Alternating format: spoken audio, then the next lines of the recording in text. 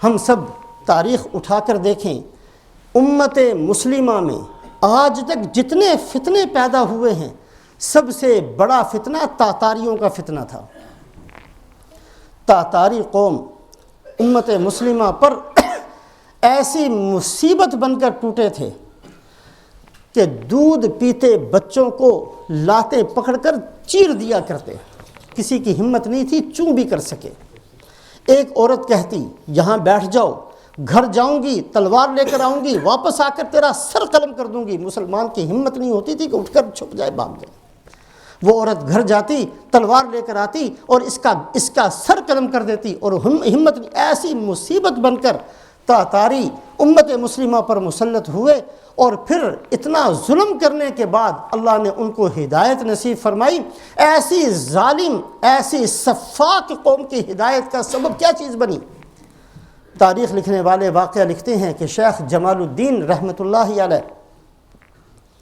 بہت بڑے اللہ والے ہیں۔ تغلق تیمور جو تاتاری خاندان کا ایک بندہ ہے، اس کی زمین کے اندر پہنچ گئے۔ اس نے بہت زیادہ ڈانٹنا شروع کیا کہ تم اس زمین میں کیوں آئے ہو؟ کہا جی مجھے نہیں پتا تھا کہ اس زمین کے اندر آنا منع ہے، میں تو ایک عام زمین سمجھ کر اندر آ گیا۔ اس نے کہا پکڑ کر لاؤ، پکڑ کر لائے، اور سامنے بٹھا کر کہنے لگا کہ اچھا یہ بتاؤ کہ تمہاری یہ داڑھی اچھی ہے یا میرے کتے کی دم اچھی ہے؟ تمہاری داڑھی اچھی کہ میرے کتے کی دم اچھی؟ شیخ جمال الدین رحمۃ اللہ علیہ نے فرمایا کہ بھائی ابھی نہیں بتا سکتا، اگر میرا خاتمہ ایمان پر ہو گیا تو میری داڑھی اچھی، ورنہ تیرے کتے کی دم اچھی۔ اگر ہم جہنمی ہیں تو جو چاہے ہمیں کہتا رہے، ہم اس سے بھی زیادہ برے ہیں، اور اگر واقعتاً میرا کوئی اللہ کے ہاں مقام ہے تو مجھے جو چاہے کوئی کہتا رہے، مجھے کیا پرواہ اس چیز کی؟ جب اللہ مجھے اپنا مقرب سمجھتے ہوں تو مجھے کسی کی پرواہ نہیں ہونی چاہیے۔ شیخ جمال الدین نے جب یہ کلمہ کہا کہ اگر میرا خاتمہ ایمان پر ہو گیا تو میری داڑھی اچھی، میرا سر اچھا، میرا چہرہ اچھا، میرا پیٹ اچھا، میری ٹانگیں اچھی، میرا جسم اچھا، میری آنکھیں اچھی، اور اگر میرا خاتمہ ایمان پر نہ ہوا تو یقیناً تیرا کتا مجھ سے 1000 درجے بہتر کہ یہ جہنم میں نہیں جائے گا، اور وہ بدبخت جہنم میں جلے گا جس کا خاتمہ کفر کے ساتھ ہوا۔ اب تغلق تیمور نے کبھی یہ خاتمہ اور ایمان اور یہ چیزیں تو کبھی سنی نہیں تھی، انہوں نے تو خون چوسنا سیکھا تھا۔ آباء و اجداد سے صرف ایک چیز ان کے ورثے میں ملی تھی کہ قتل کر دو اور خون بہا دو اور دنیا کو ان سے صاف کر دو اور صرف اپنی حکمرانی کو قائم کرو، یہ چیزیں اس نے سیکھی تھی اپنے گھر کے اندر۔ جب اس نے یہ کلمہ دیکھا خاتمہ ایمان پر، اور کتے سے بھی ایک آدمی بدتر ہو سکتا ہے یا کتا اس سے، یہ سمجھ میں نہیں آئی۔ کہا اچھا اس کو ذرا تفصیل سے بیان کرو، مجھے سمجھ میں نہیں آپ کیا کہہ رہے ہو، یا تو کوئی پاگل ہی اس طرح کی بات کر سکتا۔ اب جو ایک موقع ملا اور شیخ جمال الدین رحمۃ اللہ علیہ نے جو اس کو دین کی بات پیش کی اور جہنم اور جنت کا سارا منظر اس کے سامنے بیان کیا، اللہ نے اس کو ہدایت نصیب فرمائی۔ پاس با مل گئے حرم کو بت خانے سے، اللہ پاک نے اسی تاتاری قوم کو ہدایت سے سرفراز فرمایا۔ کس بات پر؟ صرف ایک بات پر کہ غصے کا جواب غصے سے ایک بندے نے نہیں دیا، ایک اللہ کا نیک بندہ برداشت کر گیا، سہ گیا، اس نے اپنے دل کو اس کڑن کو برداشت کر لیا، اس پر اللہ پاک نے ہدایت کا فیصلہ فرما دیا۔ عبادت حضرت ابو ہریرہ رضی اللہ تعالیٰ عنہ کو رسول پاک علیہ السلام ہاتھ پکڑ کر فرماتے ہیں اتق المحارم تکن اعبد الناس، اے ابو ہریرہ اللہ نے جن چیزوں سے روک دیا ہے ان سے بچ جانا، یہ سب سے بڑا عبادت گزار ہے بندہ جو اللہ کی حرام کی ہوئی چیزوں سے اپنے آپ کو بچا لے۔ ایک صحابی تشریف فرمائے، آپ صلی اللہ علیہ وسلم تشریف فرماتے، سامنے سے گزرے،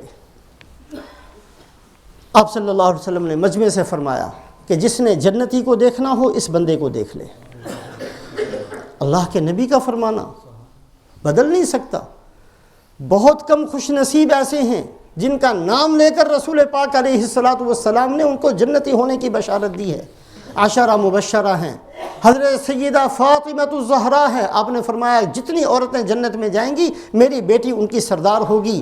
اسی طرح سیدہ شباب اہل الجنہ الحسن والحسین نام لے کر فرمایا، حضرت حسن جنت میں، حضرت حسین جنت میں۔ بہت کم افراد ایسے ہیں کہ نام لے کر اللہ کے نبی صلی اللہ علیہ وسلم نے ان کے جنتی ہونے کی بشارت دی ہو۔ مجمع بیٹھا ہوا ہے، آپ نے فرمایا جس نے جنتی کو دیکھنا ہو اس آدمی کو دیکھ لے۔ اب صحابہ نے جو دیکھا تو ایک عام سا آدمی ہے، نہ وہ عشرہ مبشرہ میں سے ہے، نہ وہ کسی بڑے لقب والوں میں سے ہے، ایک عام سا مسلمان سامنے سے گزرا۔ ایک صحابی جو مجمع کے اندر تشریف فرما ہے فرمانے لگے کہ میرے دل کے اندر تجسس پیدا ہوا کہ میں دیکھوں تو صحیح یہ بندہ کرتا کیا ہے، اتنا کوئی بڑا اس کا عمل ہوگا کہ اللہ کے نبی صلی اللہ علیہ وسلم نے، آپ صلی اللہ علیہ وسلم نے تو بڑا بڑا کارنامے کرتے ہوئے صحابہ کو دیکھا، آپ صلی اللہ علیہ وسلم جس کو جنتی فرما رہے ہیں کوئی بہت بڑی بات ہوگی۔ اب یہ صحابی گھر وہاں سے اٹھے اور سیدھا ان کے گھر پہنچے اور جا کر کہنے لگے کہ میں آپ کا مہمان بننا چاہتا ہوں۔ کہا جی بہترین، آئیں تشریف لائیں میرے مہمان بن جائیں۔ 1 دن رہے، 2 دن رہے، 3 دن رہے، رات کو بھی نہیں سوتے تھے، دن کو بھی پیچھے ان کو تاڑتے رہتے تھے یہ کرتے کیا ہیں۔ لیکن 3 دنوں کے اندر دیکھا کہ نہ انہوں نے روزہ رکھا ہے، نہ ان کی ساری رات عبادت میں گزری ہے، یہ عام بندوں جیسے فرض نماز پڑھ لی اور سیدھا سادہ سا ایک بندہ ہے، کوئی خاص عمل ان کو نظر نہیں آیا۔ اور تیسرے دن کہنے لگے کہ اصل میں آپ کا جو مہمان بنا تھا اس کی وجہ صرف یہ تھی کہ میں تو آپ صلی اللہ علیہ وسلم کی زبان مبارک سے یہ کلمہ سن کر میں دیکھنا چاہتا تھا کہ کوئی خاص عمل کیا ہے، لیکن میں نے تو آپ کی زندگی میں ان 3 دنوں میں کوئی خاص عمل دیکھا نہیں، آپ کرتے کیا ہو؟ انہوں نے کہا کہ اچھا اگر پوچھتے ہی ہو تو صرف ایک کام کرتا ہوں، وہ کام یہ کرتا ہوں کہ رات کو اپنے دل کو ٹٹولتا ہوں کہ کسی کے بارے میں بغض تو اس کے اندر نہیں ہے، کسی کی نفرت لے کر تو نہیں سو رہا، کسی ایمان والے کے بارے میں دشمنی تو میرے دل میں نہیں ہے، کہیں بغض اور عداوت تو میرے دل کے اندر نہیں ہے۔ اور میں اپنے دل کو جب یہ دیکھ لیتا ہوں کہ یہ صاف ہے، ہر مسلمان کی محبت اس کے اندر ہے، کسی کی عداوت اس کے اندر نہیں ہے، کسی کا بغض اس کے اندر نہیں ہے، کسی کی دشمنی اس کے اندر نہیں ہے، تو پھر میں اللہ کا شکر ادا کر کے سو جاتا ہوں، اس کے علاوہ میرا کوئی عمل نہیں۔ یہ صحابی فرماتے ہیں کہ یقیناً یہی وہ عمل ہے کہ اللہ کے نبی صلی اللہ علیہ وسلم نے آپ کا نام لے کر آپ کو جنتی ہونے کی بشارت دی۔ اس میں کوئی شک نہیں کہ سب سے بڑی عبادت کا درجہ اتق المحارم، اللہ کی حرام کی ہوئی چیزوں سے رک جانا، بچ جانا، یہ عبادت کا سب سے اونچا درجہ ہے۔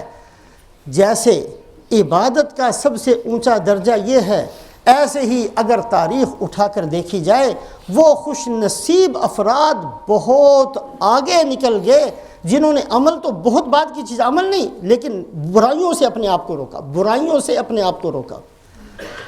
حضرت موسیٰ علیہ السلام کا قصہ قرآن پاک کے اندر موجود ہے، لمبا قصہ ہے، سنتے رہتے ہیں۔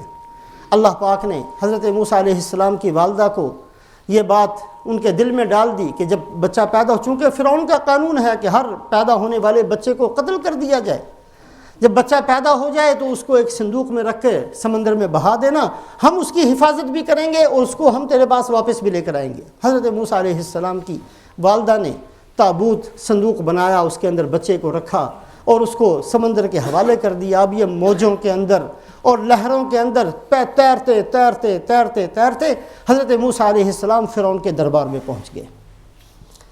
فرعون کے دربار میں پہنچے، انہوں نے دور سے دیکھا کہ ایک صندوق ہے، اٹھایا، کھولا تو اب اس کے اندر ایک نہایت حسین خوبصورت بچہ ہے۔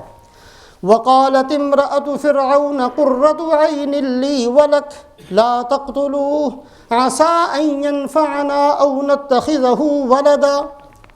حضرت آسیہ مسلمان نہیں ہیں، فرعون کی بیوی ہیں، خاتون اول ہے فرعون کی بیوی ہیں، اس وقت اسلام کو نہیں جانتی، لیکن برائی سے دور رہنا یہ اللہ کو کتنا پسند ہوتا ہے۔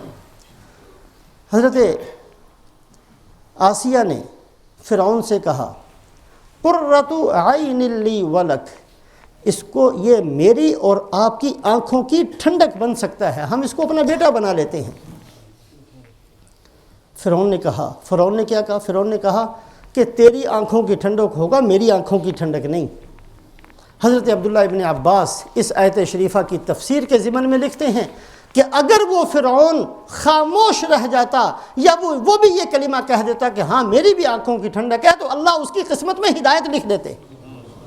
حضرت آسیہ کو ہدایت کیوں ملی؟ اس لیے کہ نبی کی عظمت ان کے دل میں تھی۔ انہوں نے کہا کہ قرۃ عین لی ولک، یہ میری آنکھوں کی ٹھنڈک بنے گا۔ اللہ نے بنا دیا اور کہاں پہنچایا؟ رسول پاک علیہ الصلوۃ والسلام فرماتے ہیں مردوں میں سے اللہ نے نبوت کو عام رکھا، 1,24,000 اللہ پاک نے نبی پیدا کر دیے، اولیاء کاملین بے حد و حساب مردوں کے اندر ہوئے، لیکن عورتوں میں کمال کے درجے پر صرف 4 عورتیں پہنچیں۔ حدیث پاک کا مضمون آپ صلی اللہ علیہ وسلم نے فرمایا ایک حضرت مریم، ایک حضرت آسیہ، ایک حضرت خدیجہ اور ایک میری بیٹی حضرت فاطمہ، یہ 4 عورتیں ہیں جو کمال کے آخری درجے تک پہنچی۔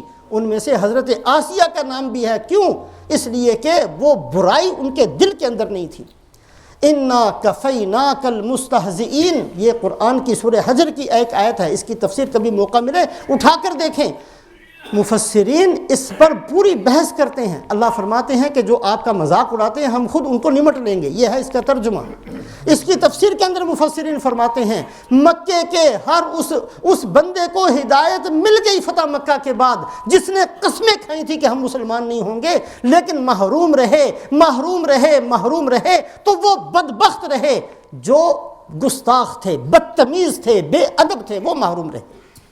مکے کے اندر ابو جہل محروم اپنی بدتمیزی کی وجہ سے رہا، ابو سفیان کو ہدایت مل گئی، خالد ابن ولید کو ہدایت مل گئی، اور بڑے بڑے سرداران مکہ ہدایت میں آگے، اس لیے کہ دشمنی کے اندر خاص سب سے آگے تھے، بدتمیز نہیں تھے، کبھی گستاخی نہیں کی تھی، کبھی ان کے دل کے اندر حسد نہیں تھا، ان کے دل کے اندر بغض نہیں تھا، ان کے دل کے اندر عداوت نہیں تھی، وہ دشمنی کرتے تھے، وہ مسلمانوں کے خلاف ضرور تھے، وہ بار بار محاذ میں آئے تھے، بار بار تلوار اٹھائی تھی، لیکن ان کے دماغوں میں یہ تھا کہ ایک اقتدار کی لڑائی ہے جس میں ہم کیوں پیچھے رہیں، لیکن اللہ پاک نے ان کو ہدایت دے دی، اس لیے کہ دل کے اندر یہ جو انسانیت سے گری ہوئی چیزیں ہوتی ہیں کہ کسی کو گھٹیا سمجھنا، کسی کو گرا پڑا سمجھنا، یہ چیزیں نہیں تھی، اللہ پاک نے ان لوگوں کو ہدایت نصیب فرما دی، اور ابو سفیان کو ہدایت ملی، خالد ابن ولید کو ملی، صرف 15 وہ بدبخت نام لکھے ہیں مفسرین نے، یہ وہ تھے جو انسانیت